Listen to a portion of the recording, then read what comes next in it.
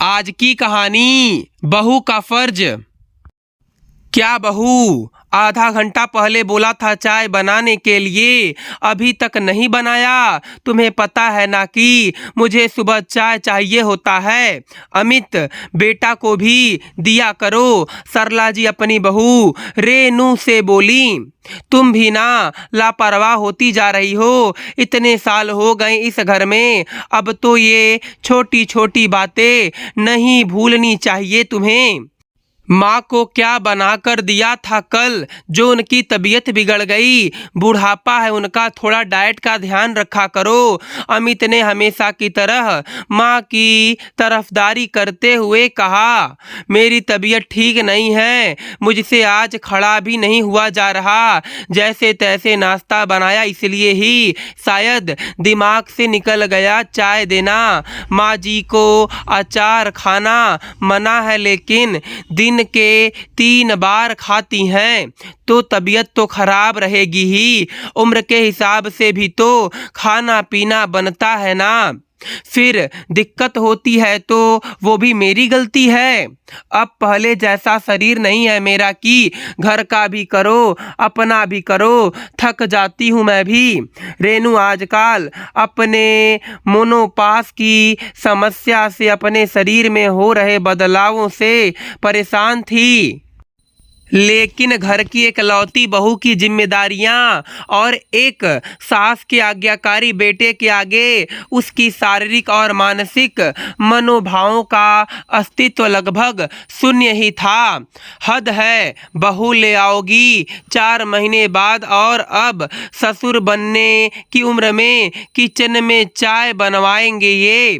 फिर यही सब तुम्हारी बहू देखेगी, वह भी यही करेगी। मैंने कभी तुम्हारे ससुर को एक गिलास भी नहीं उठाने दिया। भाई, ये सब नहीं चलेगा इस घर में।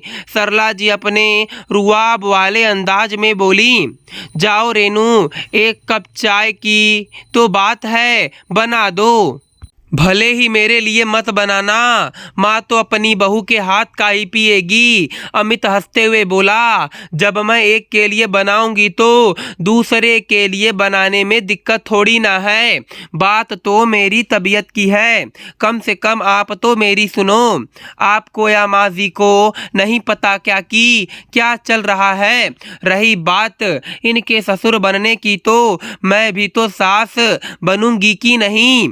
क्या बहू की उम्र नहीं बढ़ती? क्या उम्र के साथ होने वाले बदलाव बहुओं को नहीं छूते? क्या बहू के कदम रखते ही जो सास ससुर बूढ़े हो जाते हैं, उनकी बहुएं अमर बूटी खाकर आती हैं, जो उनके दुनिया में रहते ही वो 25-30 साल की रहेंगी? बच्चे बड़े हो जाते हैं, बुजुर्ग हो जाते हैं, क्या तक कि पति भी बूढ़े हो जाते हैं। अगर किसी की उम्र नहीं बढ़ती तो वह है बहू।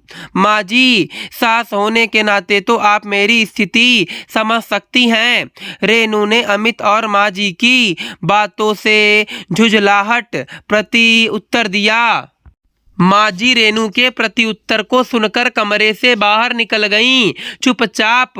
तभी अमित बोला, मैं माँ को चाय देकर आता हूँ, शायद उन्हें बुरा लग गया। तुम्हें यहाँ यह सब नहीं बोलना चाहिए था। सही कहा, बहू को बोलना नहीं चाहिए। बेटा बोलेगा नहीं अपनी बीबी के लिए तो सुनो, यह मैंने अपने लिए बोला है। अगर किसी को बुरा लगता हो तो हम बुरे ही सही। कहते हुए रेनू करवट लेकर दूसरी तरफ मुड़ गई। शायद रेनू ने सही कहा कि बहू की उम्र नहीं बढ़ती, खासकर उन बहुओं की जिन्हें पति के द्वारा सिर्फ उनके परिवार की सेवा करने के लिए लाया जाता है। अपनी पत्नी का बोलना उन्हें बर्दाश्त नहीं होता और खुद बीबी का पक्ष लेना उनको मंजूर नहीं होता। दोस्तों, मैं उम्मीद करता हूँ कि आपको यह कहानी पसंद आई होगी। फिर मिलेंगे आपसे अगली कहानी में। आप सभी का धन्यवाद।